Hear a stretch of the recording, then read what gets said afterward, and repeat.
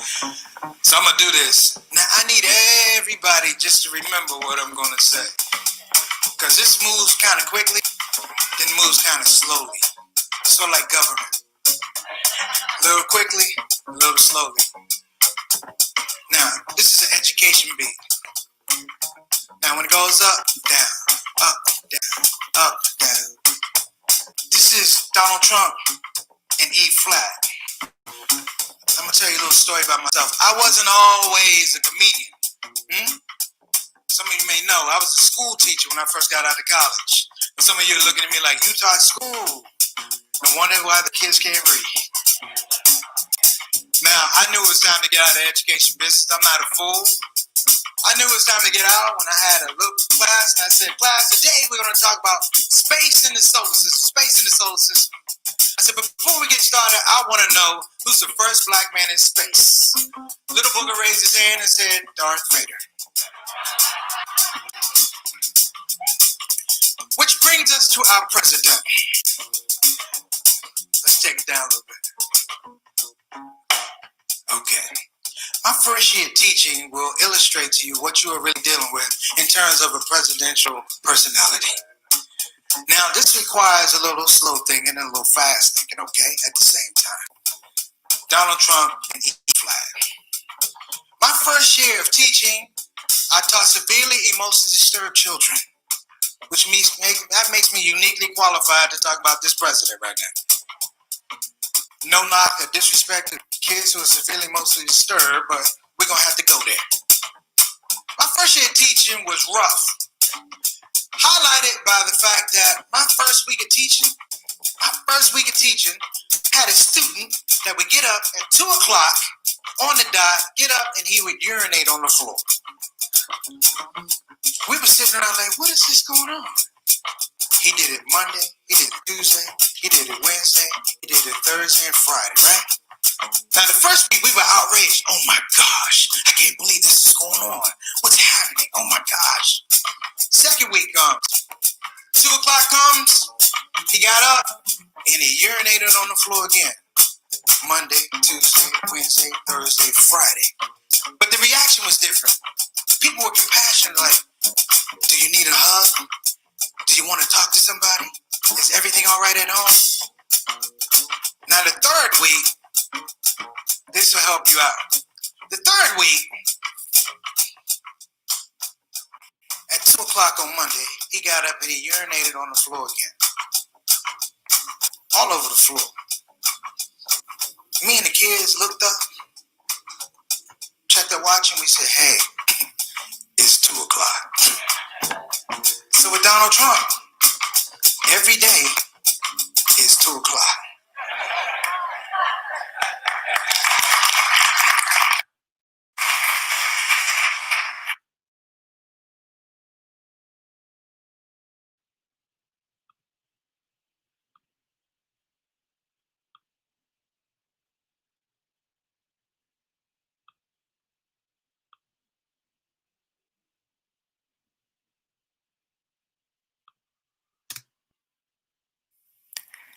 Hey everybody, Assalamu alaikum. Hope you're having a wonderful day. Make sure that you hit the subscribe button and the notify button so you know when you're getting new episodes. And we just want to grow this project. I thank you in advance. Without further ado, let's get it rolling. The ShOUT Show.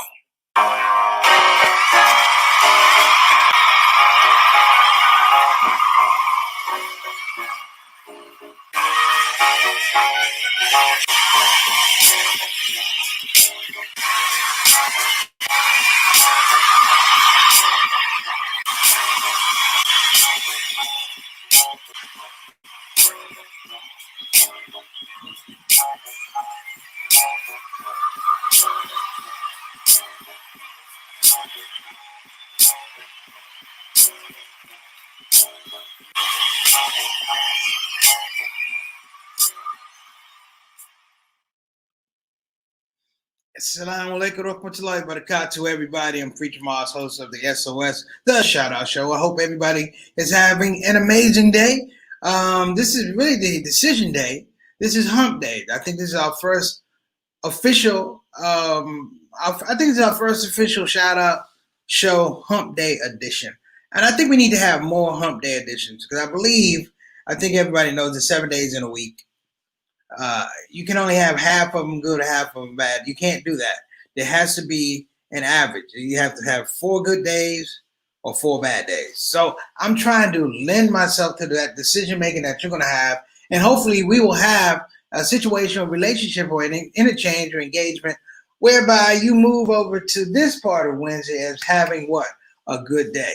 I hope you got a chance to check me out in action. That's from my comedy CD, Love Supreme, Anatomy of Gratitude, currently out on Alchemy on Amazon UK. Yeah, I mean, hopefully, inshallah, we'll be putting it on Amazon in the United States, like my brother Omar Regan, he did with American Sharia. That's number one. Number two, I just want to make sure I invite everybody, because some people are new sometimes. They don't actually come into the comment section. So if you're new for the first time, check this out. Thank you for coming to the show. That's number one. Number two, don't feel like a stranger. You are home. You are part of a unique community of people that I introduce every day, and I will introduce them today as usual. But you're more than welcome to take part in our community. You're more important. If you have things you want to say, things that are on your mind, get in that comment section. Let us hear you. You rattle that cage. Tell us what you want to shout that horn, whatever you want to say, and we're going to give you your shout out. That's number two. Number three, while you're here, if you don't mind, click the subscription button, the notification button, and as well, if you don't mind, the like button if you like the show. I'm not putting any pressure on you, but I'm hoping that you're going to like the show. Now, if you're coming for the shout out show for the first time, I have stars in the building. And when I say stars in the building, it means I go down everybody who's in this chat spot and I give them a little shout out, show love. That's what it is. A shout out, show love. I want to give a shout out to Sister Ree. Sister Ree came with the turkey, Salisbury steak, and dirty rice today. And I'm here to tell you, Sister Ree, don't bring that around my house anymore. That's addiction. That is nutritional heroin. And I need help. It's addictive. You can't do that. That's what you do when you want to. If you have somebody who you really don't want to be in your house, you make some of that and you put it 30 miles away from your house and tell them where to go get it, and you never see them again. I'm just saying thank you, and it was an excellent food choice for today. And I want to give a shout out to our budding host and consulting producer, Sultana Whitfield, who reminded me today, actually informed me today, that we've been put up for an award for Love Supreme Anatomy of Gratitude. Sultana, I looked at the people I'm competing with, Hassan Minhaj, Dave Chappelle, and somebody else. So I don't know if I'm going to get it, but I'm going to tell everybody on the show, vote for me, just so we can make it suspenseful. Sister Ika, who's been a little under the weather, thank you for coming on the show, Sister Ika. We hope that you are feeling better and Allah gives you shifa.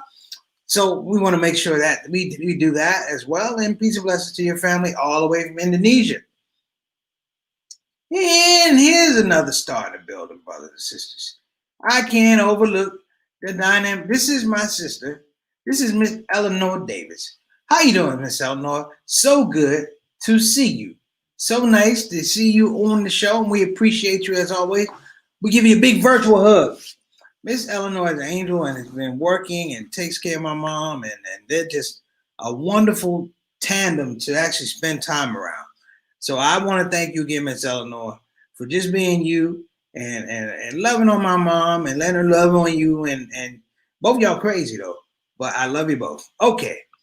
Altaf Rashid all the way from Toronto. This brother, you are coming.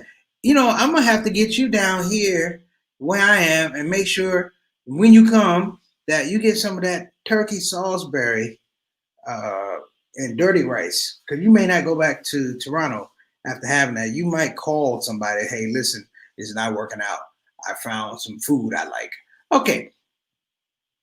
And let me see who else we have here on the show. That's it. Oh, we got some. Is it snow? We're looking for snow in DC. All right.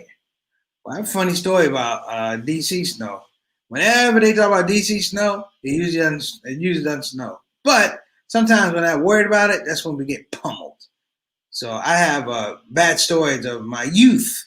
Actually, I would decide whether I was going to do my homework according to the snow report. Y'all know Al Roker on NBC Today's Show. Big up to Al Roker. I know he discovered he had cancer. We hope Al beats that and gets back to full health. But I'm gonna tell y'all something about Al. I have a bone to pick with Al. When I was a kid, Al Roker was the weatherman in Washington, D.C., Channel 5 WTTG. And Al Roker, outside of everybody in this particular forecast, kept calling for snow, snow, snow. It's going to be a major snow. And you know when you hear that, brothers and sisters, what are you thinking? You're thinking, brothers and sisters, that it's going to snow. That it's going to be a huge snow. Now, nobody else was talking about snow like Al, but I didn't do my homework. I didn't want to do my homework. Thus, Al and I having a relationship because he was telling me what I wanted to hear. And it never snowed, Al. I woke up at 5 in the morning and realized the streets was dry as a bone. And that was working from about 5 o'clock in the morning till 7 in the morning trying to make up all that homework. I never trusted a black weatherman again. Oh, thank you, Satona. Hey, everybody. For the globalmuslimlife.com Impact Awards, vote for me. I'm going to tell, hey, Miss Eleanor, I need you to vote for me about 150 times. I'm going to vote for me. I'm gonna upset Dave Chappelle. Tell everybody, I'm going to upset. I don't care about your Netflix stuff. In the Muslim community, I'm the man. I'm the OG, David. I'm the OD, Hassan, Rami, Mohan. I'm the OG. I just felt like yelling, I'm the OG. Okay. In fact, you know, some of y'all haven't seen me work a mainstream club before. I thought I'd share some of this, just so you know, your brother's working. Been around a long time.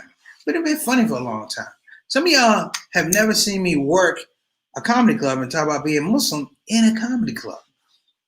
A mainstream comedy club. So I'm going to throw this clip on. I hope you guys like it. Some people don't. Some people do. I could care less. But you know what? It's a little fun. It's a little fun. Let me see. There we go. There we go. Here we go. This, I want to say that this piece deals with people who are not too bright about Islam. I'm going to say that again. This is a piece about dealing with people who are not too bright about Islam. We ain't pointing any fingers, but here we go.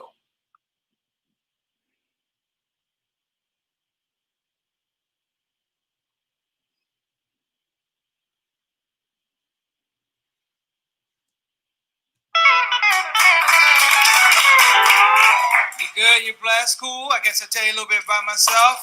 You heard him on the Allah Made Me Funny tour. I am a Muslim. You might not believe me because I'm black. After 9/11, you haven't seen any black Muslims on TV since they took Oz off of HBO. That's the deity, man. I had fun with it, though, you know. Some people still ignorant about the religion of Islam. Some are. But I have fun with them trying to educate them. Like I was going through the airport, they searched my luggage, you know, I had my Quran there, guy opened it up, you know, we were down in Alabama. He's like, what the hell? I just cut him off and said, dude, that's a Quran. He opened it up, he said, what's that written in? That was written in Arabic. I looked at him and I said, Braille. I don't feel no bumps. Run the wand over it, run the wand over it. Actually, you know what, it's cool though, man. I do have a Muslim wife. Yes, I do. I met her in the Muslim strip club. I'm not lying, I gave her $20. She put on more clothes. I was like, Jesus.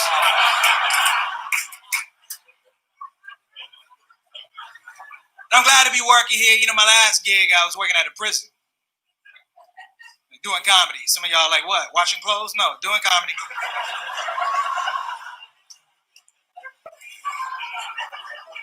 I didn't mind doing it. You know, my only thing about working as a prison, you know, something always goes wrong. Like I'm sitting at the hotel waiting to get picked up to do the show. Nobody comes to pick me up. So I have to call a prison collect. And I got an attitude. I'm like, hey, this is Preacher Monster in the meeting. Nobody came to pick me up. They were like, dude, calm down. We're having problems. Take a cab over. We'll pay for it. I was like, all right. So I get in the car. You know, everything's cool. The driver's like, so where you going, my man? I was like, the prison. He was like, skirt, get out. And he left me on the side of the road. And it's one of those deals where you could see the prison. It was close. You could see it, but it wasn't really close. You know what I mean? And you have to be on time for the prison show or they won't let you in, or worse, they won't let you out. So I'm thinking to myself, man, if I grab my stuff and run, I'll make it. So you just got to imagine me like on the side of the 5, just running all out. Just like. And as I got closer and closer to the prison, it hit me. Damn, I'm a young black man running to a penitentiary.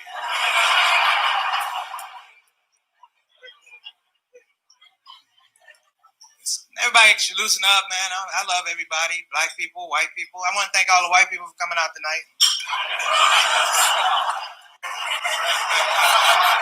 No, for real, there's a vicious rumor saying that we're having a shortage of white people. By you coming, you prove that theory wrong. And prove my theory correct, because white people are everywhere. You're like Visa, everywhere I want to be. I know, for real, white people, I mean, you got it made, man. I mean, you're on BET, you're on the rap records, you're at the crack house trying to pay with a check. I mean, man.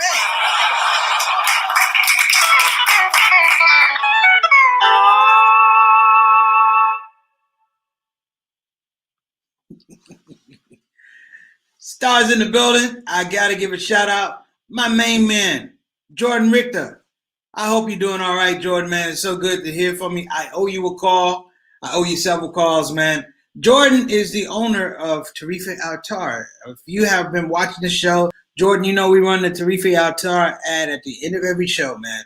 And I'm here to say it is great product, brothers and sisters. Great product. As my brother's getting a slam. Yes, indeed. I hope you and the family are doing well. I saw something with you and the kids online around the Christmas tree. It was somebody's house or something, man. But so good to have you on the show. Now, brothers and sisters, I want to talk about, and you've heard me already speak oftentimes about our leadership in the country. You know, every once in a while, you got to have a little fun with leadership in the country. And I did want to do this, but our consultant producer, Sultana, made me do it. This is a rare look at Rudy Giuliani. And big up, shout out to Rudy, man. We know you got COVID, and we hope that it gets better for you. This was probably a clue, brothers and sisters, just a clue. I'm not saying it was 100%, but I think Rudy's been sick a long time. He's been sick a long time. He needs a vaccine. So I'm going to show you this. This is not doctored. Preacher Mars did not do any sound effects. This let me know maybe Rudy was sick. You know, he was oozing COVID-19, and he was having some stomach problems. I don't know what Rudy ate, but it wound up eating him from the inside out. So let me just throw this out here. Feel free to laugh. I mean, we hope he's going to be well and he gets good care and all that type of stuff. But I'm going to tell you something. If he's in a hospital with Jamaican nurses, he's probably going to lose his life because they're not going to go around Rudy. Because Rudy, I know he's a COVID victim. Rudy stinks. He stinks. I mean, Rudy's nasty. Rudy's sitting on rotten cotton. And I'm getting ready to show y'all right now. You know why? Because for all the people that like to pick and bully other people and be mean to other people, God is always the equalizer. And he will show you at your most vulnerable. And half the time he shows you the most vulnerable, doggone it is funny. So if you don't like it, it's okay. If you want to say astaghfirullah, it's okay. But I'm going to ask everybody, turn up the volume on your computer. Turn up the volume on your phone. Do it for me, Preacher Moss. Turn up the volume because you have to hear this to make sure and understand I am not making this up. This is what happens. You know, people say that Rudy Giuliani is full of this video. Let you know he sure is. Here we go, brothers and sisters.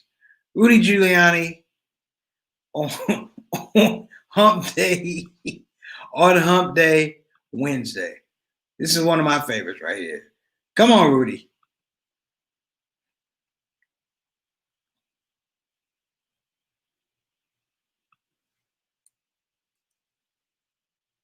The answer. Point of order. The answer that I gave you is they didn't bother to interview a single witness.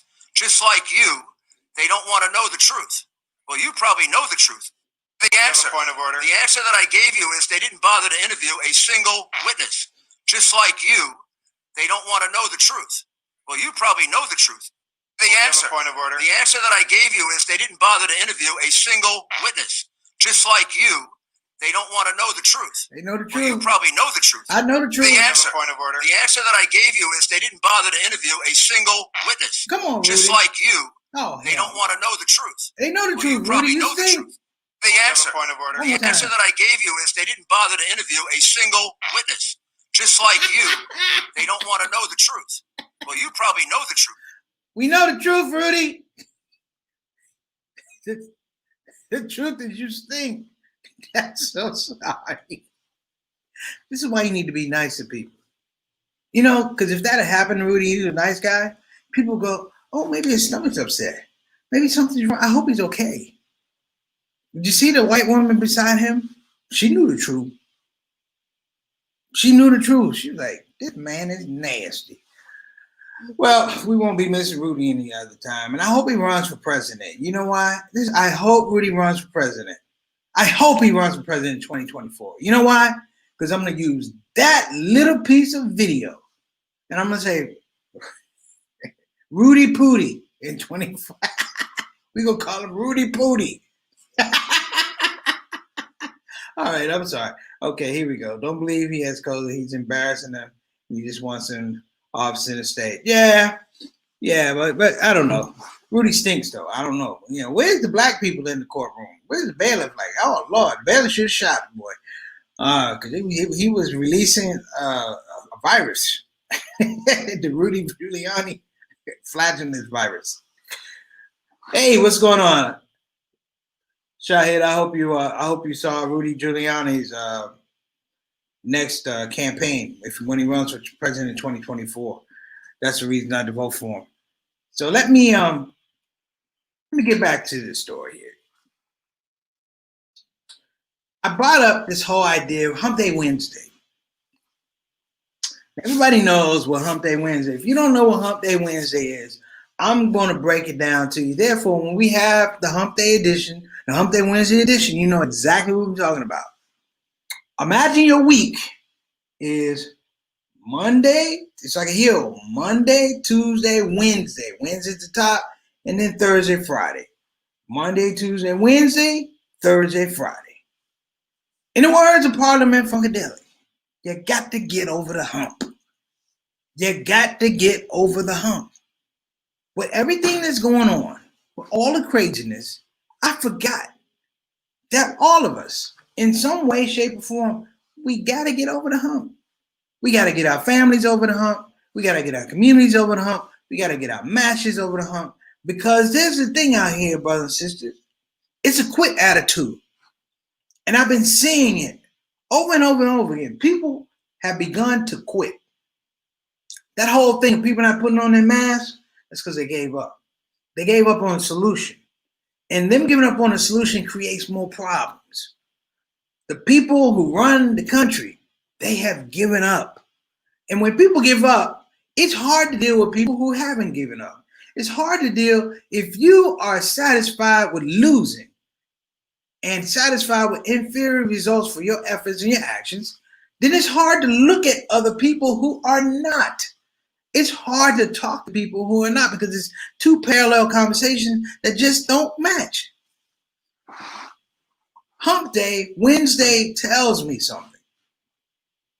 There's something emotional and spiritual about Wednesday. And I'm going to tell you what it is.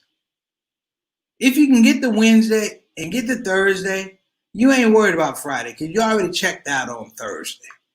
That's number one. Number two is it replicates this idea that there's a certain discipline to how you approach your week. You know, Monday, Tuesday, Wednesday, Thursday, Friday, at 5. When I was coming up in the dean, that Monday, Tuesday, Wednesday, Thursday, Friday reminded me in a larger scale about why you prayed. Because praying Fajr, Zuhr, Asr, Maghrib, Isha, over and over and over, it gave you a repetition. So it gave you a model inside of a model. It gave you a a level of understanding inside of a larger level of understanding. And this is religious folks will understand it. It's like in terms of the society, if the society is not giving you what you want, then you have to create a society within that society. And doggone it, I'm going to tell you something. Hump Day was one of the most beautiful joints. Because even as Muslims, what's the prayer you really want to get to? Asr. Because after Asr, Maghrib, and then it's Isha. And the time to make Isha and Maghrib a lot closer. In fact, I remember hearing Mr. Farrakhan talk about, he talked about the five, it was funny, he talked about the 5 prayers. He said, your first prayer is in the morning. So then you have a long time before you make Zuhr. He said, then you make Asr. He said, but then Maghrib and Isha come close. He said, you know why? Because the darkness approaches it. He said, and the freaks come out at night. Not that I'm connecting freaks to prayer, but you know what I'm talking about. So on this day, I thought we'd have a little fun. On this day, I thought it'd be kind of cool if we just had a laugh. I mean, I hope you guys like that little piece about Trump, because it's real talk. Every day with that guy, since he's been elected, it's 2 o'clock. Before he got elected, it was 2 o'clock. What does that mean? 2 o'clock means that somebody at some point in time is willing to gaslight your own reality for what you see, what you feel, what's right, what's wrong, what's moral, what's ethical, by doing the same thing over and over and over and over and over again. And what I hope, brothers and sisters, in this edition of Hump Day Wednesday, is that when we get to Wednesday, let's start evaluating in ourselves, in our families, in our households, and on our job sites, what is it we're doing to make Hump Day the best day? What are we doing for Hump Day to be a defining day, whereby Thursday and Friday are not the days that are just on the downslide, but they're the days we keep moving up. We keep establishing new ideas. We keep talking about new concepts. We're reaching and communicating with one another in a meaningful situation. You know, I love Hump Day because it tells me Monday and Tuesday, maybe I didn't have it together, but doggone it, on Wednesday, I got a shot to get it right for the rest of the week.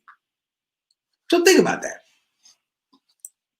Take a piece of paper, write down what you want to accomplish by next Wednesday. What are you dealing with? Whether it be your job, your home life, your social life, religious life. What are you trying to do? Like for me, I'm a student.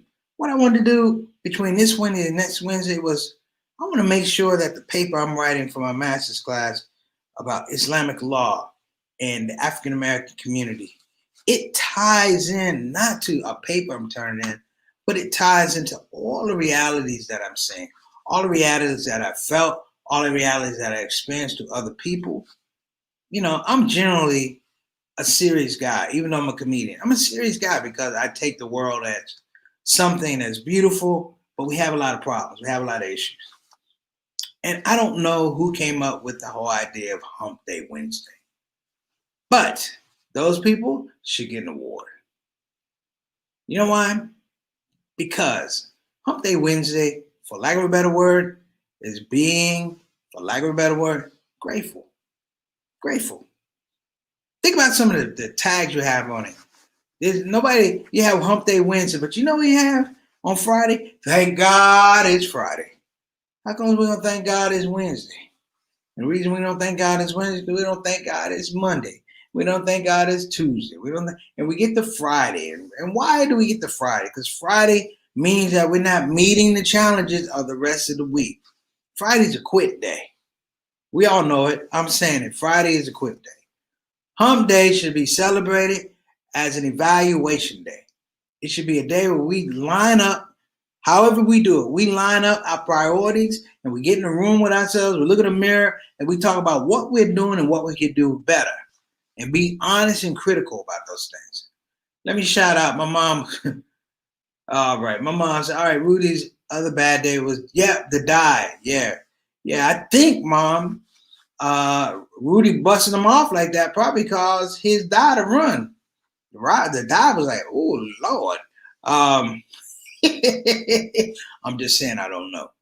Because that poor white girl that was by Rudy, she was like, you know what? I'm gonna vote Democrat. I'm tired of this. I'm gonna vote Democrat twice. Rudy's nasty. He ain't got draws. Rudy got rotten cotton. But listen, this is my first ever edition of Hump Day, Wednesday, and I think I'm gonna bring it back next week. And what I want to do is I'm gonna start asking all of you. Write down what you were doing today for Wednesday. And then next week, Hump Day Wednesday, inshallah, we can all talk about it. Write it down. Write down your Hump Day Wednesday, and we're going to get on here and we're going to talk about it. We're going to figure out some way for all my stars in the building to actually come on the show, and I want to see you talk about your Hump Day from Wednesday to the following Wednesday. What you did, what you tried to do, what you were successful as, what you weren't successful. We're going to do that. You know why? Because this is your show. Hey, Jordan, don't forget, man, vote for Preacher Moss's film, Love Supreme, and there's the address. The competition is pretty light. It's Dave Chappelle and Hassan Minhaj. They're lightweights. I could handle them any day. All right, brothers and sisters. Listen, take care of yourself. Have a wonderful day, and I appreciate you coming on to the show. And I think we should rename Breaking Voodoo after Giuliani. I think that's what we should do. When you break your voodoo, don't say I broke voodoo. Just say I broke Rudy. I want to see people walk around and go, did you Giuliani? Yeah, I think that'd be funny. We'll talk about it more tomorrow's show. Assalamu alaikum wa rahmatullahi wa barakatuh. Take care of yourself, everybody. Like I said, I will see you tomorrow and start thinking about, you know what? How you can be better. Assalamu alaikum wa rahmatullahi wa barakatuh.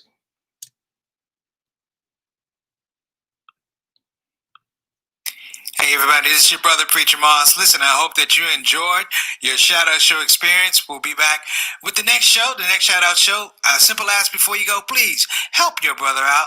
Click that subscribe button, click that notify button, and I'll see you again on this side of the microphone. You probably wonder what that smell is. That's me. I smell good. And the reason I smell good is because I use oils from Tarif Altar.